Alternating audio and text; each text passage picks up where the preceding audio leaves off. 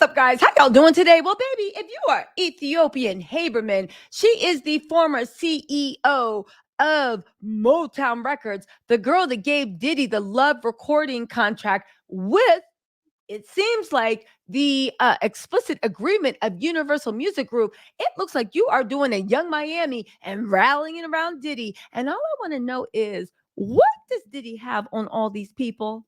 What is going on? Because this latest denial, it boggles the mind. And anybody that knows anything about legal would be like, how does this make any sense?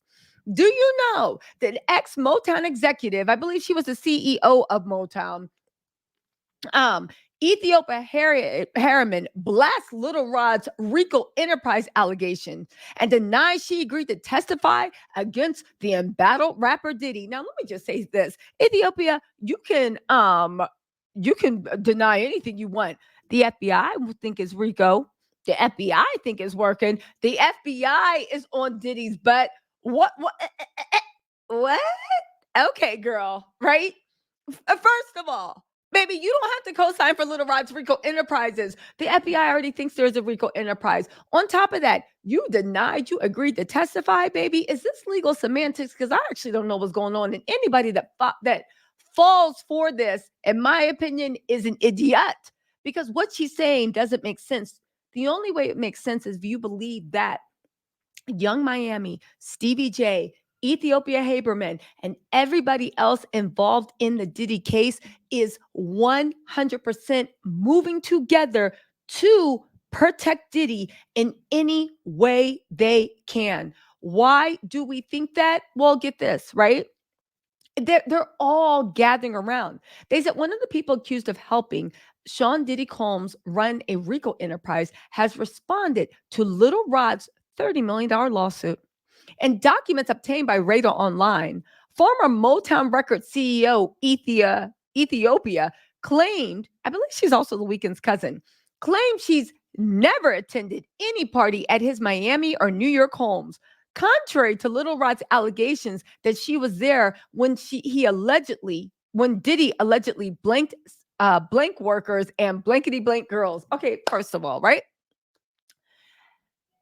I believe what Little Rod said in his lawsuit, because let's break this down step by step. I believe what Little Rod said in his lawsuit was, at parties, Diddy pointed out people and said, that's Ethiopia.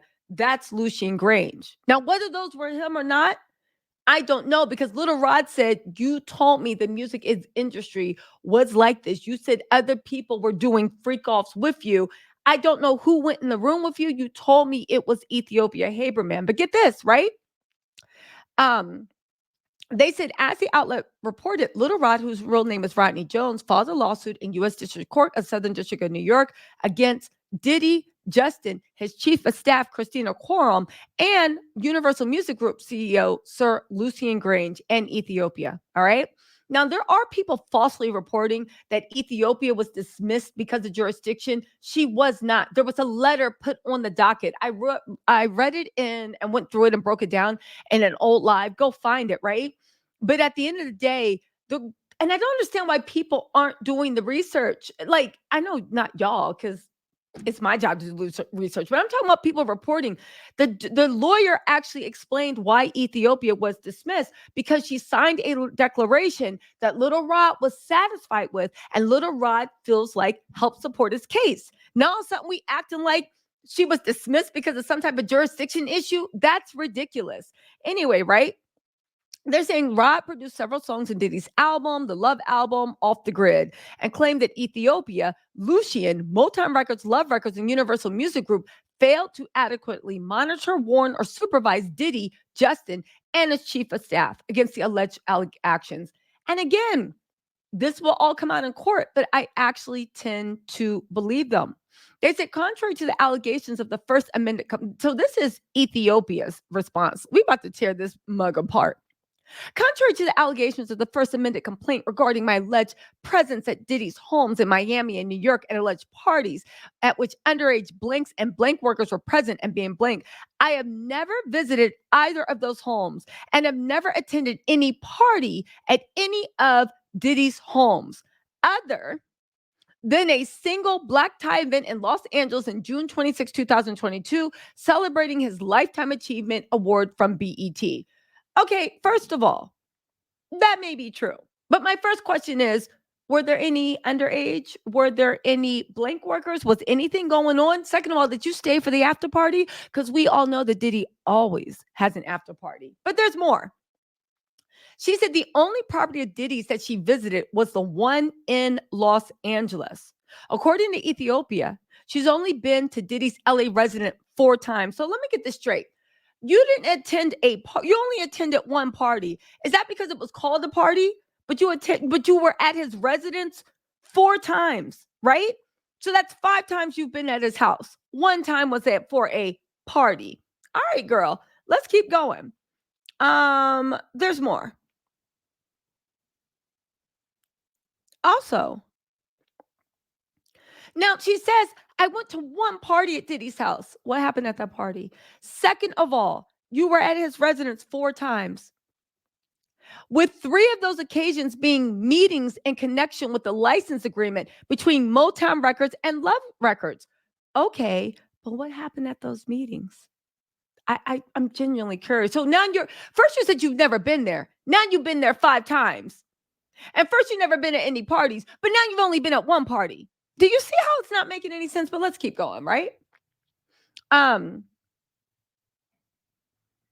they said that these meetings were in 2022 and happened in the home studio or an outdoor patio. But here's the weird thing, Ethiopia, and I'm not saying what she's saying is false, but I am saying this. Was not all the pictures Little Rod provided us, and a lot of these parties that Diddy has, do they not take place on the outdoor patio where the pool is with the underground tunnels? Is that not where everything happens? Was not a lot of the alleged blank workers and underage people, were there not parties that happen with the red lights in the studios? Does it not? Is it me? Have you guys not heard stories about the legendary studio parties that happen with Diddy? Have you not heard about, like Jamie Foxx even saying, at Diddy's house, it's by the pool, everybody getting naked, everybody going wild, everybody doing this? That's where Diddy had a lot of his parties, at his Star Mansion house, at his Los Angeles house, and at his New York house. Is that not? Have we not seen videos? Did we not see? Girl, so now you're trying to say that you've never been to a party at Diddy's house. Well, except for one time. And that was for the Lifetime Achievement Award. And I know you think that you probably had to really think hard to think when you've been at Diddy's house, because you guys said you were cool. You guys said you were friends. You only arrived 4 times. I hope the evidence that the feds took actually line up to that. Oh, but there's more. Then you're saying that, and also, I was at his party, at his residence other times, but I thought you said you only went to his residence once. No, that was a party. The other times, the other 4 times was, really, girl? The other 4 times was what? What was the other 4 times? When you were, what? At his house, at the residence. It was on the patio. You mean where the pool is and the tunnels and the freak? And it was in the studio. You mean when all the issue? Okay, I got you, right? And she only came to discuss license agreements between Motown Records and Love Recordings. But if you're only discussing license, why didn't he come to you? Why didn't you do a conference call? Oh, okay, girl. And also, what time were they? Was it in the middle of the night? Was it in daytime? I'm genuinely curious. She said, I also visited his property for the party in Diddy's backyard, celebrating the Lifetime Achievement Award for BET. She scoffed. She says, and she knows for a fact, there were no blank underage girls or blank workers present at any of those meetings. Are you sure? Because it's funny that you're saying there were no women. Were there women present or not? Were there? And if there were other women present, these are the questions they will ask in court. If were other women present, did you talk to each one of those women? You did. Do you remember any of their names? Do you remember any of their occupations? What were their ages? Did you check ID? I want to know, did you ask them, were they blank workers? Which ones did you ask? She also insists that Little Rod would not have been at the BET party in late June 2022. She said, I can state without hesitation, I observed no underage girls, blank workers, or blank use at the party. Now you observed at an industry party, no blank workers, no illicit substances at a party, and no underage. But how's that possible? Because Delilah and Jesse got friends, right? And Delilah and Jesse's friends were invited to the party. They got a lot of friends. And Delilah and Jesse were at the party and they invited some of their friends and some of their friends' parents, I'm assuming. So, how could there have been nobody under 18 if Delilah and Jesse are under? That means none of Delilah and Jesse's friends or their friends' parents were invited. That's interesting. Delilah and Jesse were there. Are they not underage? I'm just saying. Because for her to come out swinging, this has to be. And if this is what she means, then why is she releasing this through Radar Online? Why has she not given a written declaration through Diddy's attorneys? Maybe she has, I don't know, but we haven't heard from it. But we're hearing chitter chatter and Radar Online, which is not a court of law.